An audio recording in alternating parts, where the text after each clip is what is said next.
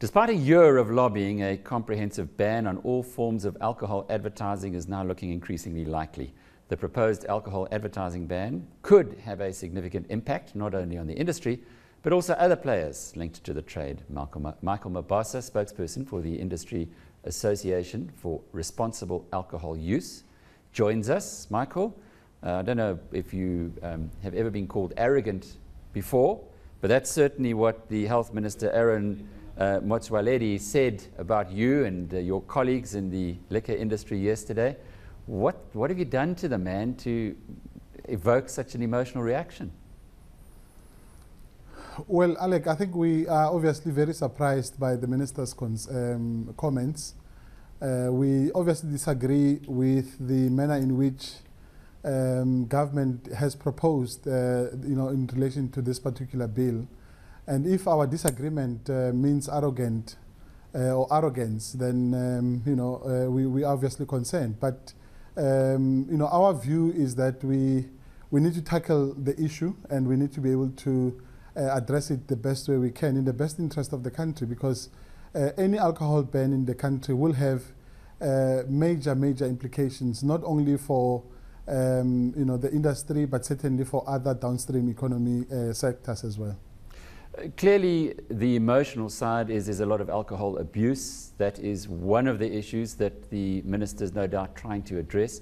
The unintended consequence of this, though, is something that we need to unpack. And perhaps if you could help us, have you done any research into where this similar action was taken elsewhere in the world and what the implication might have been? Certainly, we've done a lot of work, and most of it also was done by the World Health Organization. And I think research has shown across the world that alcohol advertising and alcohol consumption can never be linked, particularly because of the fact that if you look at the World Health Organization's report, for an example, it says 10 years ago, we've seen a decline in terms of per capita consumption of alcohol, particularly in South Africa. So the consumption of alcohol has been going down over the past 10 years. On the other hand, the advertising spend by companies like the South African breweries, Brandhouse, Distell, has actually increased quite significantly.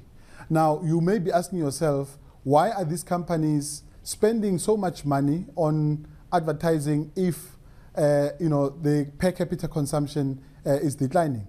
The answer is very simple. The majority of South Africans, more than 65% of them, do not drink alcohol at all. Only 35% of South Africans drink alcohol. Now, the companies are investing specifically in order for them to be able to convince consumers to move from one product to the next.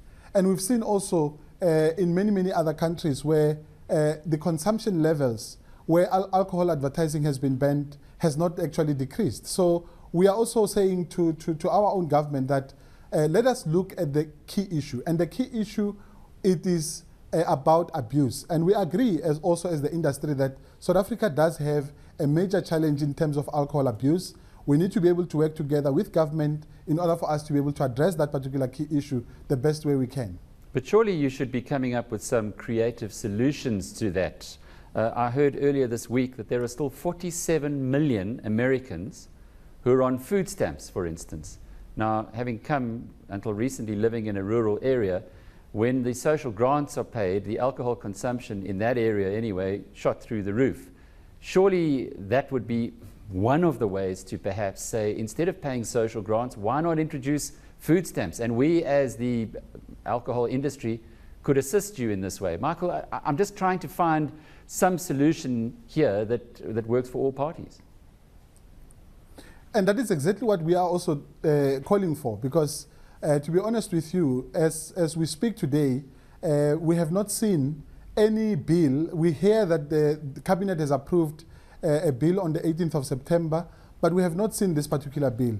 And secondly, government has not engaged with us. You may have seen, I'm in Cape Town now, and the Cape Town's newspaper, for an example, on Monday, the health minister's spokesperson was reported on the Cape Times as saying that government will not interact and will not engage with the industry.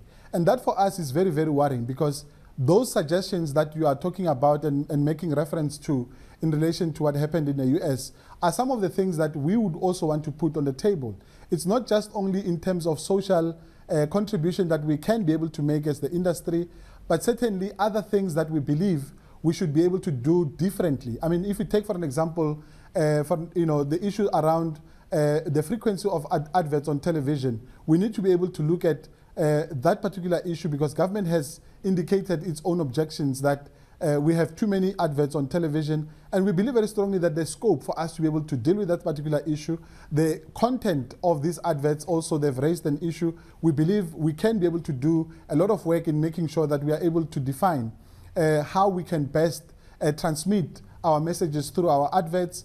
If you look at billboards, for an example, the industry has already started removing billboards across the country, particularly next to schools, next to places of worship, and so on and so forth. So there are a lot of interventions, Alec, that we can be able to put on the table, but all we are saying is a platform for us to be able to speak to government and be able to come up with these particular solutions so that we can really be able to address the issue of alcohol abuse, because that's where the problem is. Michael, just to confirm, you say that you have tried to speak with government and you have been refused. They will not talk to you? We have indeed. They have not spoken to us up until now. We have, as the industry and also our members individually, have also made their own attempts to be able to speak to the Minister of Health. And for the record, I think let me indicate that, in fact, the Minister of Social Development issued a directive in writing to all government departments not to speak to the industry at all. So we are concerned about those particular developments, and what we are calling for, it's really for our government to be able to sit with us in order for us to be able to resolve this issue. We've invested immensely as the industry. As you know, Alec, I mean, we're contributing above 92 billion every year to the South African economy, which translates to about 4.4% of the GDP of this country.